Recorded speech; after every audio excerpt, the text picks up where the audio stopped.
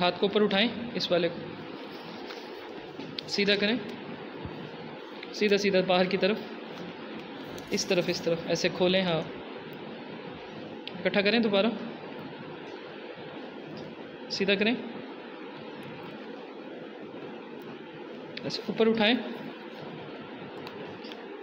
ठीक है, नीचे लेकर जाएं।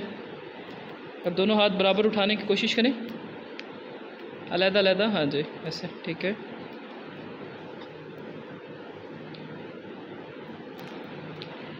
टांग को ऊपर उठाएं, टांग को ऐसे नीचे रखें, सीधा करें, ऐसे सीधा करें, इकट्ठा करें अपने पास।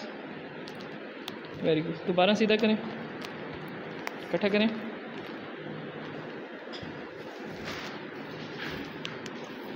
ऊपर उठाएं,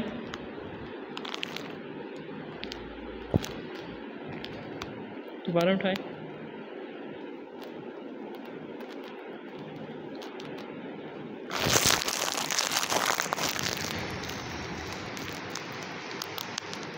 आ जाए।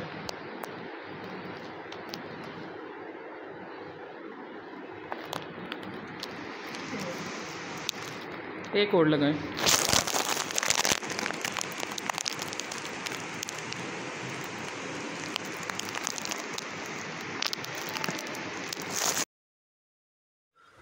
ये हमारे पास स्ट्रोक पेशेंट हैं जिनको तकरीबन 8 से 9 साल पहले स्ट्रोक हुआ था। उसके बाद क्या है कि इन्होंने अपनी कोई फ़िज़ियोथेरेपी नहीं करवाई।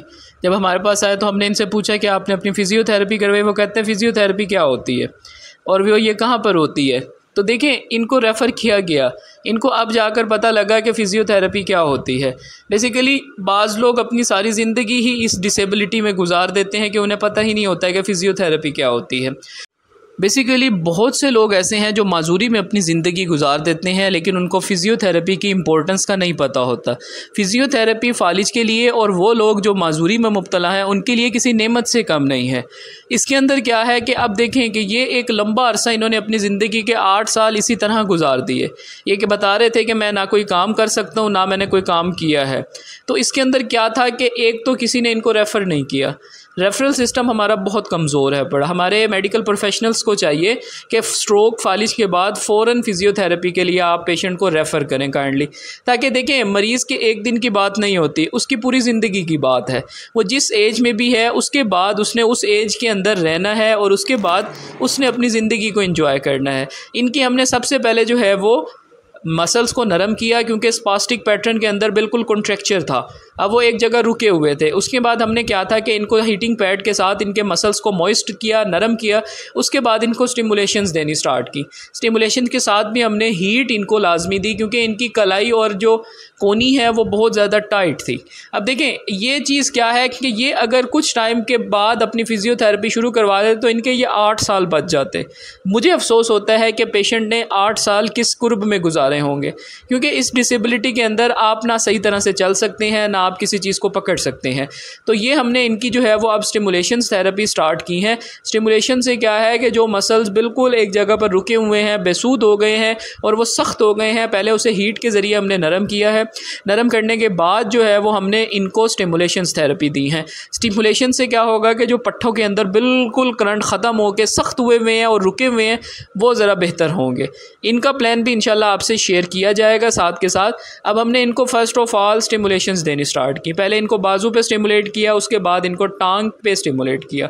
देखें अब टांग के मसल्स इनके इतने कमज़ोर थे कि जब मैं इनको रेजिस्टेंस दे रहा था तो ये अपनी फुल जोर लगा रहे थे और मतलब इनकी पावर जो है वो 5/3 थी। 3 समझ लें या 2.5 समझ लें, क्योंकि इनके मसल्स एक्टिव नहीं थे। ये एसेसरी मसल यानी कि जो मसल थोड़े से ताकतवर हैं उन्हीं से ये काम ले रहे थे।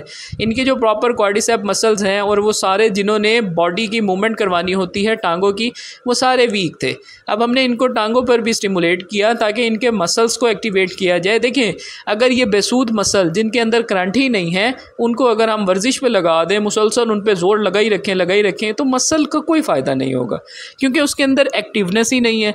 जब वो एक्टिव होगा तो वो हरकत के काबिल होगा। जब उसको ये स्टिमुलेशंस नहीं देंगे तो वो मतलब उसकी मूवमेंट अगर करवाएंगे तो उसका कोई फ़ायदा नहीं होता। सो इसके लिए as soon as possible exercises करवाई जाएँ पेशेंट की। अब देखिए हमने इनको अभी सिर्फ बेसिक एक्सरसाइजेस पर रखा। बेसिक एक्सरसाइजेस में हमने जो है वो इनको सिर्फ कहा कि आप अपनी टांगों को इकट्ठा करके कमर को उठाने की कोशिश करें। बेसिकली ये एक्सरसाइज नहायत इफ़ेक्टिव है स्टार्ट में, क्योंकि अभी हमने इनकी टांगों पे ज़्यादा जोर नहीं डालना, ना इनकी बॉडी पे, क्योंकि इनकी बॉडी एक लंबे अरसे से एक पोजीशन में रही है। अब उसकी पोजीशन को बेहतर करने के लिए अभी हमने इनके मसल्स को वार्म अप पे रखा, यानी कि वो थोड़े से ज़रा एक्टिविटी की तरफ आए। अब इसमें हमने जस्ट इनको मैक्सिमम जो है वो ये कमर उठाने वाली एक्सरसाइज करवाई और इनको घर के लिए भी बताया कि आपने यही एक्सरसाइज करनी है। उसके बाद क्या है कि हमने इनको अब सिंगल लेग पे, यानी कि अब थोड़ा सा इनकी टांग के ऊपर हमने ज़ोर डालना शुरू किया।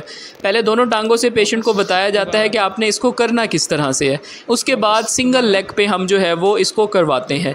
अब ये देखें, इस एक्सरसाइज को करने से इनकी एक तो कमर के, कूल्हे के, घुटने के और एंकल के मसल्स काम में आ रहे हैं और वो बेहतर हो रहे हैं।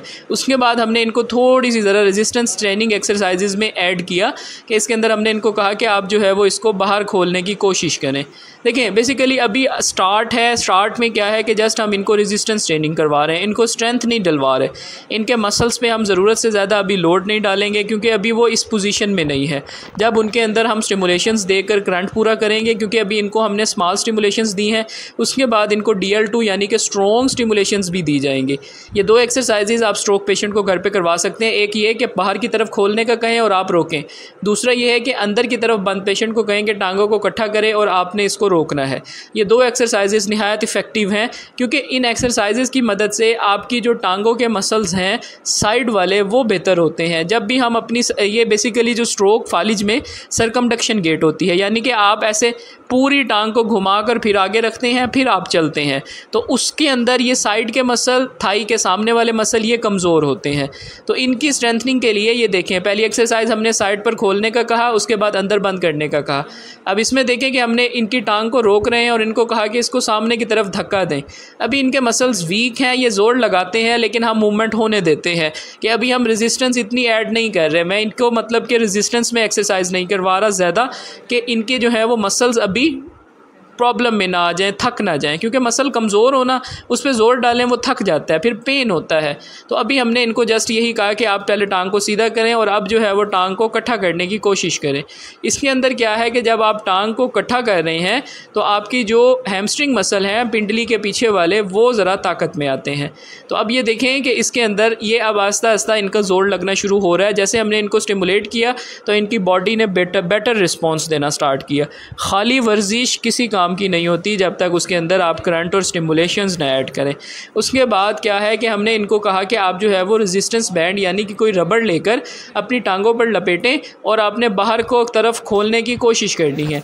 ये देखिए कि हमने इस तरह से जो है वो रेजिस्टेंस बैंड इनकी टांगों पर डाला है और उसके बाद हमने इनको कहा, अब हमने ऊपर से किया तो इनको थोड़ी डिफ़िकल्टी हो रही थी, ये नहीं खोल पा रहे थे क्योंकि इनकी टांग के मसल कमज़ोर हैं अभी। तो हमने इनको मतलब ऊपर से कर दिया ताकि इनके घुटने का एफर्ट ना लगे, इनके थाई के मसल को ऐड किया जाए।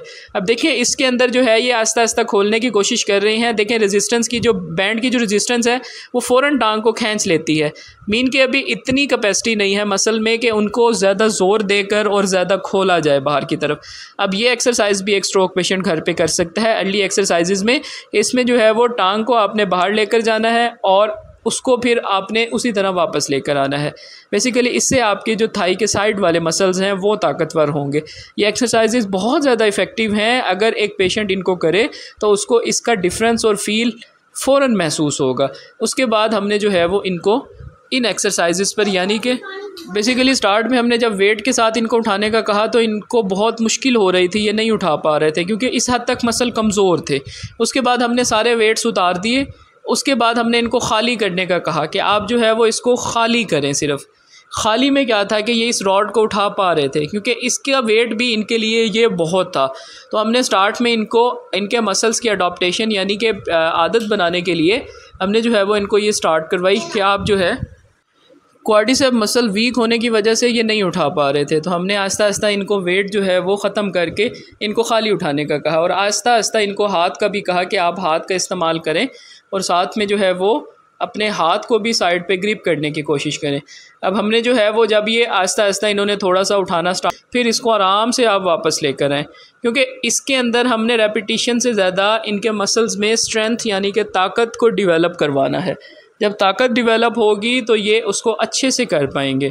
सो अब आस्ता आस्ता जैसे जैसे इनकी ये चीज़ बेहतर हुई, हमने इनका वेट इंक्रीज़ कर दिया।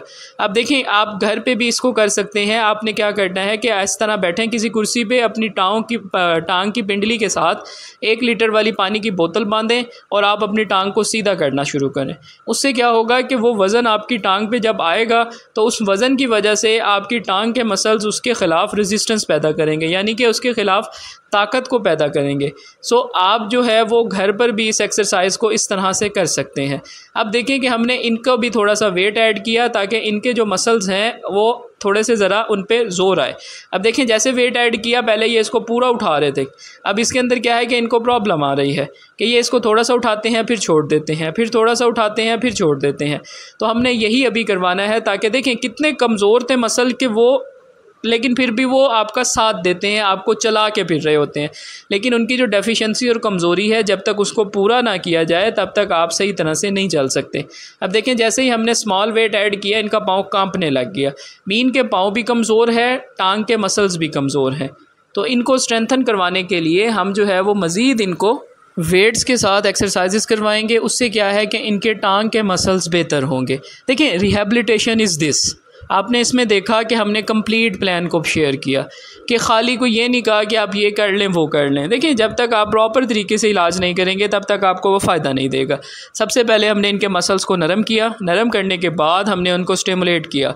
जब वो अच्छे से स्टिमुलेट हुए उसके बाद हमने इनकी थोड़ी सी ज़रा स्टार्ट की एक्सरसाइजेस करवाई। उसके बाद थोड़ी सी इनकी टांग के ऊपर ज़रा प्रेशर डालना शुरू किया। उस प्रेशर से क्या है कि इनके टांग के मसल्स थोड़ा सा ज़रा उसके ख़िलाफ़ रेजिस्टेंस पैदा करेंगे। जब हम आपके मसल्स पे थोड़ा सा लोड डालेंगे तो मसल उसके ख़िलाफ़ ताकत बनाएगा, क्योंकि हमारी बॉडी ने जो भी काम उससे करवाया जाए वो उसने करना होता है। अब हम इनको स्टार्ट में खाली करवाते हैं, उसके बाद जो है हम उसके ऊपर वेट ऐड कर देते हैं। उस वेट को करने के बाद क्या है कि अभी इनको डिफ़िकल्टी फ़ेस हो रही है इसको करने में। जैसे जैसे ये थोड़ा सा ज़रा इसके साथ फैमिलियर हो जाएंगे, इनकी बॉडी में स्ट्रेंथ डेवलप होगी तो ये बेहतरी की तरफ जाएंगे। एक 8 साल से कुछ ना करने वाले मसल्स, उनको जब हम एक्सरसाइज की तरफ लेकर आते हैं तो हमें आहिस्ता आहिस्ता उन पे वज़न डालना होता है ताकि एकदम उन पे डालें वो फटीग ना हो जाएं, आपके मसल्स वीक ना हो जाएं या उनमें कोई प्रॉब्लम ना आ जाए। इसलिए हम स्लो स्ट्रेंथ ट्रेनिंग करवाते हैं ताकि मरीज़ बेहतरी की तरफ जाए। आप हमारी वीडियो कहाँ से देख रहे हैं और अगर पसंद आती हैं तो आप प्लीज़ कमेंट करके अप्रिशिएट लाजमी किया करें।